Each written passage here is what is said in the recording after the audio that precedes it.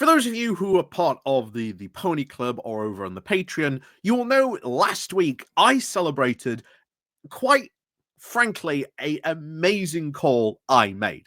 And that was, of course, the whole thing that Greens organized was really just the vehicle for Zack Polanski to basically become leader of the Green Party.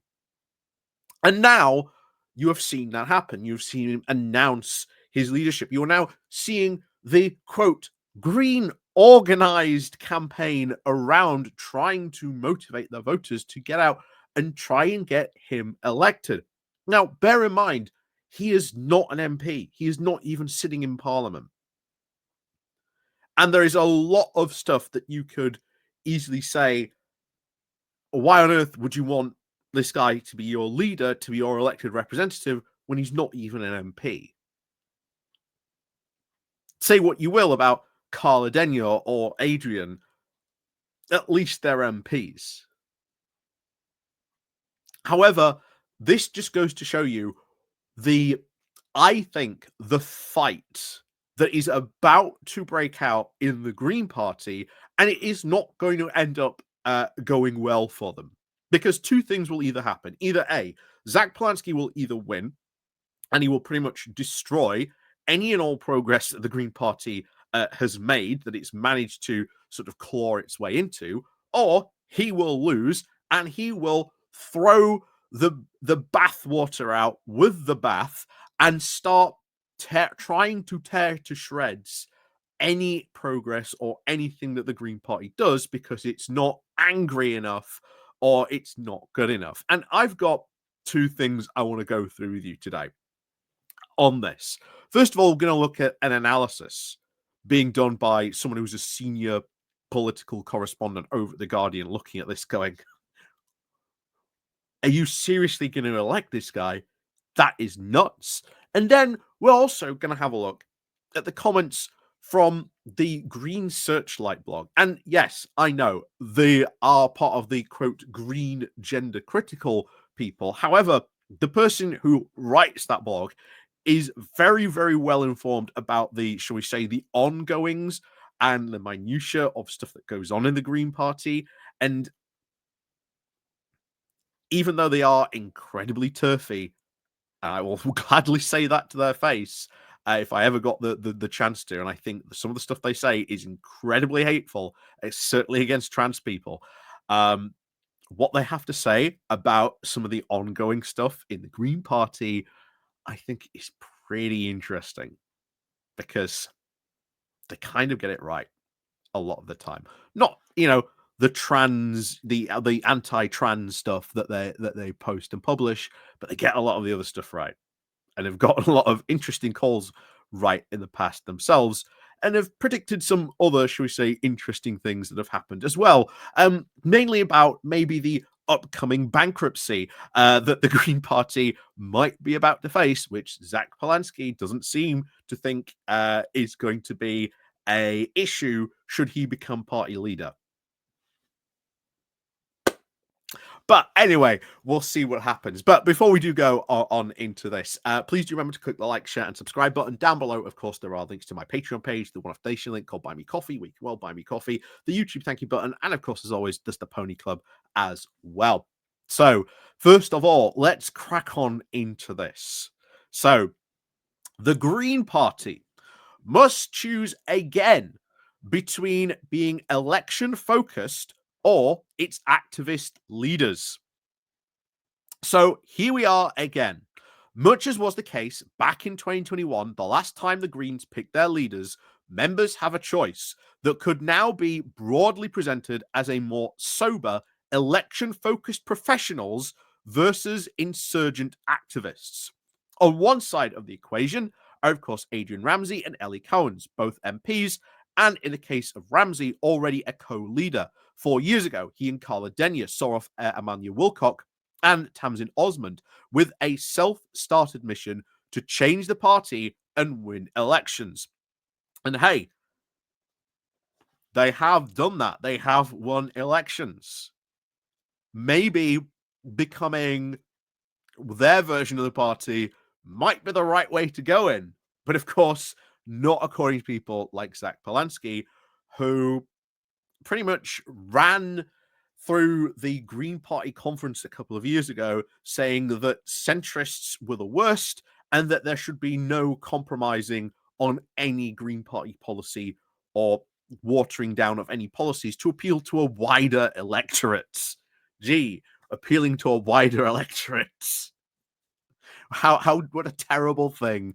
Anyway, while, of course, Womack was hardly an outsider, by then, she had, of course, been deputy leader for several years. She was, of course, running with Osmond, a climate activist who had co-founded Extinction Rebellion, and their candidacy was seen to be now aimed at, of course, younger Greens whose interest now in direct activism.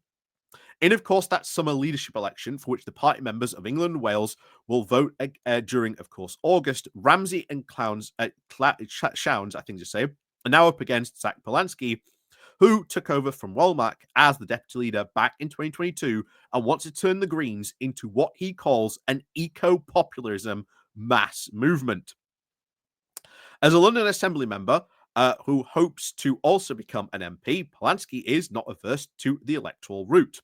He has his views that the Greens could and should be more of a match and appeal for now Reform UK, which is, of course, polling about 3 times the level of the Greens and has a membership of about 4 times the size. And I will say this again. Why are they in that position? It's because Reform, as with UKIP, attracts big multi-million pound donations, which the Greens cannot hope to match. Unless maybe you are willing to maybe court some of those big multi-millionaires. I don't think they're going to do that. Or at least Palansky ain't going to do that at all. Ramsay and Chowns, of course, are expected to be the favourites and have one particularly strong card to play. They can, of course, point to the approach that they have already taken by, of course, being the outgoing leadership team and, of course, argue that it worked. When they took over from Shane Barry and Jonathan Barley, Ramsay and Danya promised now to build the Greens councillor base with a view now to expanding the party's single parliamentary seat. In 2023 came now a more specific promise to win now 4 specific Westminster constituencies, a target, of course, many observers and even some Greens viewed at the time as very highly ambitious. But 9 months later, at the general elections, it happened. So they have a winning formula. They've sort of proven it happens. And as I've said again, doesn't matter if you have the complete right 100% ideas, if you cannot win and get elected with a majority to pass your policy, it doesn't matter. And a lot of people on the left, I really do see that, don't understand that gaining power matters, having power matters, winning power matters. And you don't see a lot of people on the left really worry about that or think that it's a problem that they don't worry about that, shall we say. So 2 of these, of course, wins were in the Green-friendly Labour-facing seats. Barry successfully took over Brighton Pavilion from the departing Caroline Lucas, while Danya, of course, a Bristol councillor since 2015, removed the Labour frontbencher Thanam, basically removed the Labour, I can't even say her name, from her Bristol Central seat. More, of course, notable were the victories from Ramsay and Chowns in, of course, rural Chowns, I think that's how you say it. I'm terrible at pronouncing names. And, of course, in rural and, of course, fundamentally conservative areas. Again, key point, conservative areas. Ramsay, of course, won the newly created constituency of Waverley Valley and Northern Suffolk border. And, of course, Chowns managed to overturn a 25,000 majority in the previously, of course, held Tory constituency of North Hertfordshire. The pair can, of course, thus present themselves to the Greens and voters as examples of the party's long-term mission to build up a Westminster presence via local government. Both, of course, serving as councillors in their areas they eventually won. This approach has now being spread, of course, more widely, with the Greens now holding more than 850 councillors on 180 plus local authorities, finishing, of course, second to last in 40 different parliamentary seats. Palansky's counter argument is not that this is wrong, simply that it should be allied now with a less cautious approach to policy and presentation. One that would, quote, transmit green messages to now potentially support voters with more urgency. Basically, we've got to be more angry, guys. You don't understand. If with the only reason we are losing is because our marketing and messaging just is not working. Considering that, again, I'm still in the Green OG chat. Yeah, I, again, coming from a professional who works in that area, I can see why you guys, if you get in, your messaging isn't going to be, shall we say, too good either. That'll be fun. If Palansky does win a year from now, what his excuses are going to be about his messaging. I think he's going to very much rely on, oh, look at all these vanity metrics that I've got. We'll see what happens if they do win. Palansky, who's of course trained as an actor, is very happy to take on even hostile broadcast hosts. He's arguably now a more natural media performer than, of course, Ramsay or Chowns. Chowns, terrible now.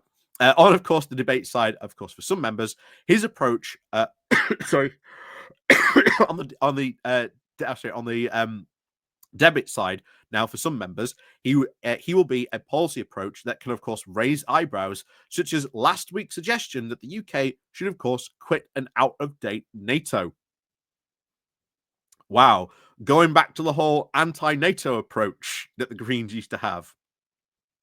Considering everything that we are in for NATO right now and how much is defending that, that would be really weird to go start pushing all that now, especially everything that's going on in the world right now. Again, I'd be interested to see what he actually means by, quote, out of date, but basically it's just, oh, we should just leave NATO, which again is classic Green stuff for quite some time. But it was Denya and I think Adrian who did say, actually, we need to probably drop that, which did upset a lot of the anti-nuclear Greens, but they said, oh no, we're going to keep our anti-nuclear stance, which sort of prevented at that time a arguably sized strong rebellion against them. So, which of course version will win out? In some ways, it is very hard to predict, not least because this is the first leadership election for 4 years in a party that normally holds them every 2. Ramsay and Danya will inevitably be given now a 3-year period as Barry and Barley now took over in their tenure midway, with the general election then delaying it again. And yet, there is, of course, the size of the party. Yes, smaller than Reform, but now above 60,000 in 2021. Ramsay and Danya easily won with just 5,000 first-round votes of a turnout of just 20%. On one side or another can now motivate the members. Anything could happen. So we'll see. But if he takes over, oh my words. Yeah, expect us to be covering some of the insane stuff he's going to bring out. But as I said, I want to go over to this. So this is all part of now the campaign that's going on. So this is now part of a very carefully choreographed campaign now fronted by Greens Organise, whose aims is now to change the direction of the party whilst they seek to consolidate their grip on the party executive and committee in party in general. Picking up the views of journalist Owen Jones, who is now believed to have joined the Green Party, the former internal communications candidate Chowns now claims that the party is in crisis because of, quote, the lack of comms out of the Green Party and the fact that the Green Party are just terrible at communicating at a national scale. Chowns does concede that in spite of being very dry, equivocating and boring analysis, Green MPs are ultimately sensible and correct, but he does go on to deplore that this, quote, doesn't get people excited, it does not get people clicking, and it means that it isn't in demand. Chowns seems to have, of course, failed, noticing the exceptional results, of course, of the 2024 general election, and cannot have paid much attention now to the significant increase in the mainstream media coverage and interest in the party of since. And then this is where it gets interesting. He then expresses his frustration at how long it will take to, quote, deliver any change in direction and the election of the new leadership team. But he decries what the team actually declares what the team really needs is nothing less than a political ideology. Given that the Green Party has already been and remains a uniquely grounded in ecology as a methodology as developed in the can't even say it. Can't even say it. Can't even say it. Yeah, the philosophical basis. There we go. And of course, its core values. There is, of course, only one explanation as to why any Green Party member would accuse the membership team of not having a political ideology. Members of this faction come from another ideology. They do not subscribe to the Green Party's ecological philosophy, its humanism, and democratic values. So that will be interesting, because to say that this faction led by Zack wants to take over, saying, oh, they don't have an ideology, when the Greens have had a very consistent ideology for a number of years, going back quite some time, that it has all been rooted in that green ecological philosophy.